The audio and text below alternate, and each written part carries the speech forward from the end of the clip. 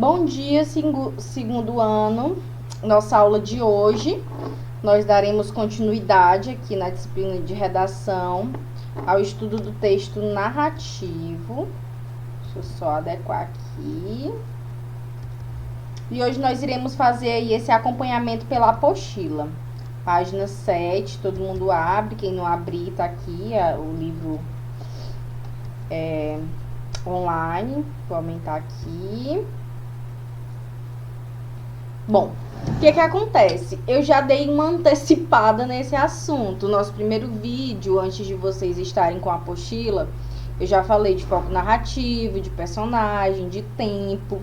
Então, a gente vai dar uma revisada, isso tudo que nós já vimos, agora acompanhando pela apostila, para a próxima aula nós iniciarmos aí o gênero textual HQ, que vai ser ótimo. Nós leremos quadrinhos, eu amo, pelo menos.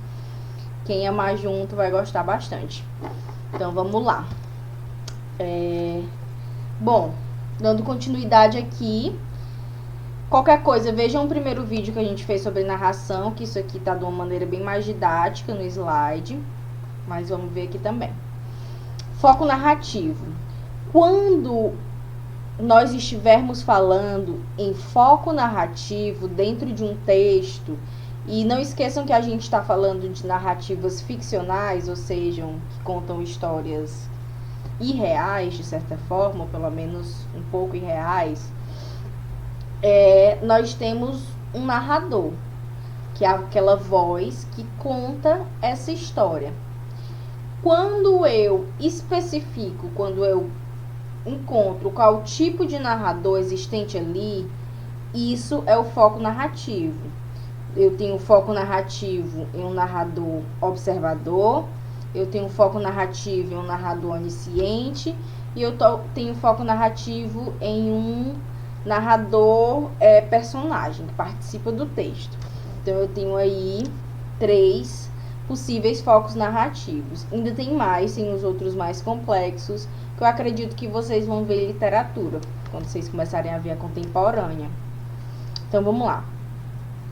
O narrador, foco narrativo em terceira pessoa. Em terceira pessoa, é ele, a pessoa que conta, a pessoa que está de fora. Então, pode ser tanto um narrador onisciente como um narrador observador. O onisciente, como nós já vimos, é aquele que conhece toda a história, absolutamente tudo, até os desejos mais secretos, o inconsciente dos personagens, ele sabe decifrar. É um narrador Deus, de certa forma. É um narrador que é a própria consciência de todos os personagens ou de alguns personagens do enredo. O observador, ele não tem essa característica de conhecer profundamente os personagens. Como se ele visse uma situação e retratasse essa visão dele. A visão dele acerca de determinado acontecimento que está sendo visto. Então, a gente tem aí esse outro foco narrativo. A gente tem aqui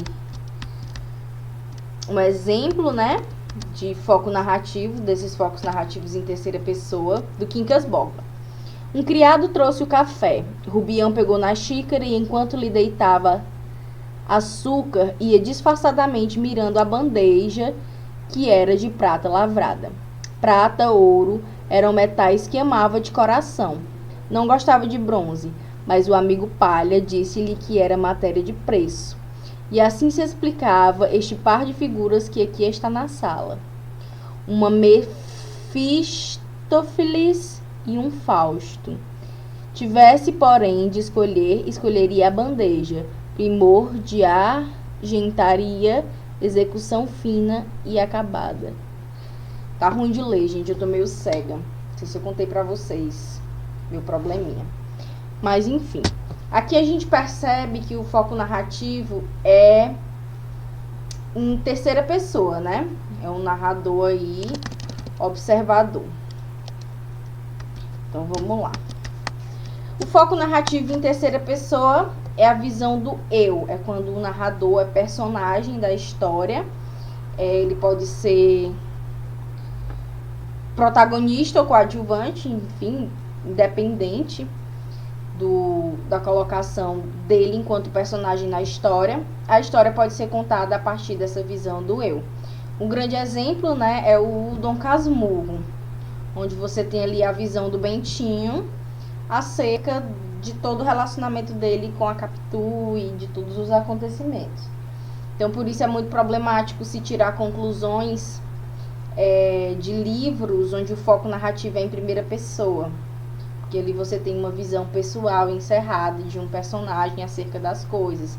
Nós sabemos que em situações, mesmo que ficcionais, é importante que se tenha várias visões, né? Se não tiver, não dá para se concluir nada a partir de uma única visão, a não ser o que aquela visão focaliza. Então, não se tem como saber se a Capitu traiu ou não traiu o Bentinho, porque a Capitu não chegou e disse eu traí o Bentinho. Era só a paranoia dele que foi colocada no livro, né? Não tem a fala dela, não tem a figura dela se colocando, apresentando os acontecimentos, e sim somente a visão do Bento Santiago, que é perturbado. Então a gente tem aqui também um trecho do Ateneu, do Raul Pompeia.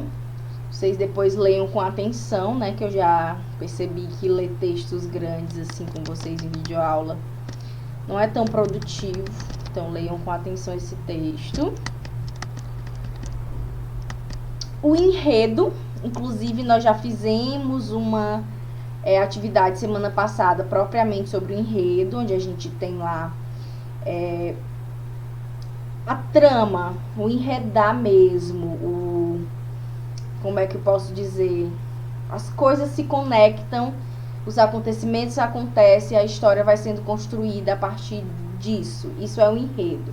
Então a gente tem uma situação inicial, que geralmente é ali tranquila, vão acontecendo coisas, vários fatos, peripécias, acontecimentos, nós temos conflitos, nós temos o clímax, que é o auge da história, e nós temos o fechamento. Geralmente segue essa ordem, tirando textos mais contemporâneos que gostam muito de brincar aí com essas nuances do enredo, gostam muito de brincar também com a questão do personagem. Brincar não, porque não é uma brincadeira, né? É uma experimentação de escrita. Então a gente tem o enredo, que é basicamente isso. Todos os enredos envolvem conflitos, né? Enfim. Então a gente tem isso, a situação inicial, os conflitos, o clímax e o desfecho. Geralmente a ordem é essa. Pode ser alterada? Pode. Personagens, que nós já vimos também. Hoje nós temos os protagonistas, os antagonistas e os coadjuvantes. Aqui no texto ainda traz os personagens caricatos. O que são os personagens caricatos? É quando você focaliza a representação de algo, ou de um povo, ou de um grupo social, dentro de um personagem e amplifica essas características, entendeu? Por exemplo, uma coisa fácil de se observar é a representação de nordestino em novela. Nordestino em novela falou "Xente bichinho", que eu nunca vi ninguém falar. Eu já andei pelo Nordeste inteiro, do Crato pra cá, enfim, me espalhei, já rodei pelo Nordeste quase todo. Eu acho que só não fui no Maranhão, não conheço nada do Maranhão, mas Ceará, Piauí, tá tudo aqui. E eu nunca vi ninguém falar o "Xente bichinho", mas enfim, né? Nós temos aí essa representação caricata, onde dá uma super exagerada nas questões desse povo nordestino, por exemplo. Não sei de onde é, mas deve ter algum lugar que as pessoas falam "o Xente bichinho". Mas enfim. Também conheci a Bahia e ninguém me chamou de meu rei. Mas tudo bem.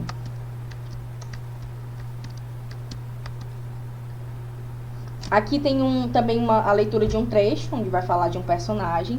E quando Miguel Pereira, cantor de tango argentino, desceu a bigodeira e o olhar pelo acordeão da Praça do Rosário foi um rebuliço em tom maior. O empresário do cantante, Juquinha de Andrade, arrendatário do Parque Pequim, em conversa na Associação Comercial de Penedos, avisou: quem tiver mulher duvidosa, que mande para longe do olhar Catramela de Miguel Pereira. É o maior abridor de quarto de moça solteira e dama casada que já vi. Então a gente tem aqui a apresentação, né, desse personagem, pelo visto icônico. Não li o livro, então não conheço. Mas a gente tem aqui as características dos personagens. E as boas obras ficcionais, elas trazem personagens riquíssimos, entendeu? Onde eles têm características muito complexas. São personagens assim mesmo maravilhosos. A gente sabe quando um personagem é bem trabalhado e quando um personagem não é bem trabalhado. Inclusive, às vezes a gente até fica frustrado, porque a gente quer muito que um personagem coadjuvante, por exemplo, tenha mais complexidade, porque você não gosta tanto do protagonista e do vilão, e isso não acontece. Em novela isso é muito fácil de visualizar. Não sei se vocês lembram da novela que teve... Não lembram. Eu acho que seriam muito novinhos. Que era uma novela, enfim, que tinha protagonista, um mocinho e tal. Só que acontecia em outro núcleo outros acontecimentos que acabaram sendo o foco da novela. E a protagonista inicial virou coadjuvante enquanto esse núcleo brilhou, entendeu? Isso acontece, não é raro de acontecer. Então a gente tem aí essas complexidades dos personagens. Espaço. O espaço da narrativa é o lugar onde decorre a ação do enredo, onde se movimentam as personagens. Geralmente, a apresentação do espaço é marcada por sequências descritivas no meio da narrativa. Bom, depende muito do tipo de texto que você está lendo. Alguns textos fazem questão de detalhar todo o espaço físico, e isso pode ser importante para o texto, assim como não pode ser importante para o texto. Então, às vezes, o texto só diz mesmo, só exemplifica onde é o lugar que isso acontece, não faz aí essa descrição. Quando eu falo descrição, é colocação de adjetivos, de dizer como se trata, do que se trata. Mas alguns textos fazem, principalmente textos ali até o realismo faziam muito mesmo. Então a gente tem aqui a leitura de um trecho. Então, a travessia das veredas sertanejas é mais exaustiva do que a de uma estepe nua. Nesta, ao menos, o viajante tem o desafogo de um horizonte largo e a perspectiva das planuras francas. Ao passo que a caatinga o afoga, abrevia-lhe o olhar, agride-o e estonteia-o. Enlaça-o na trama, espinescente e não o atrai. Repulsa-o com folhas urticantes, com o espinho, com os gravetos estalados em lanças, e desdobra-lhe na frente léguas e léguas, imutável no aspecto desolado, árvores sem folhas, de galhos estorcidos e secos, revoltosos, entrecruzados, apontando rijamente no espaço ou estirando-se flexuosos pelo solo, lembrando um bracejar imenso de tortura da flora agonizante. Então percebam aqui que quando ele vai retratar esse ambiente em que se passa esse acontecimento, ele utiliza muitos adjetivos, que podem ser adjetivos super objetivos, de dizer o tamanho da sala, a cor das paredes, assim como podem ser super subjetivos, uma coisa mais pessoal, a sua visão daquilo, muito mais poético, muito mais bonito. Então a gente tem aí essas possibilidades de retratação do espaço das narrativas. O tempo, né, que a gente tem aí essa divisão de tempo cronológico e tempo psicológico. O tempo cronológico é muito fácil de se identificar. É o tempo normal. É o tempo que a gente conhece. Os dias, as semanas que viram meses, as horas que viram dias. os tempos históricos, a contemporaneidade, a era moderna, a Idade Média, enfim, esse é o tempo cronológico. O dia, a noite, a manhã, enfim. Esse é o tempo cronológico, o tempo tal qual conhecemos. Já nós temos o tempo psicológico, que é um pouco mais difícil de se compreender aí o conceito dele. Também podemos observar o tempo psicológico, que não é racionalmente mensurável, já que se trata de um tempo que pertence ao mundo interior da personagem. O tempo psicológico é marcado pelas sensações vivenciadas pela personagem em relação a um determinado momento temporal. Um minuto pode ter a duração de 10 anos, ou 10 anos podem ter a duração de 1 minuto. O tempo psicológico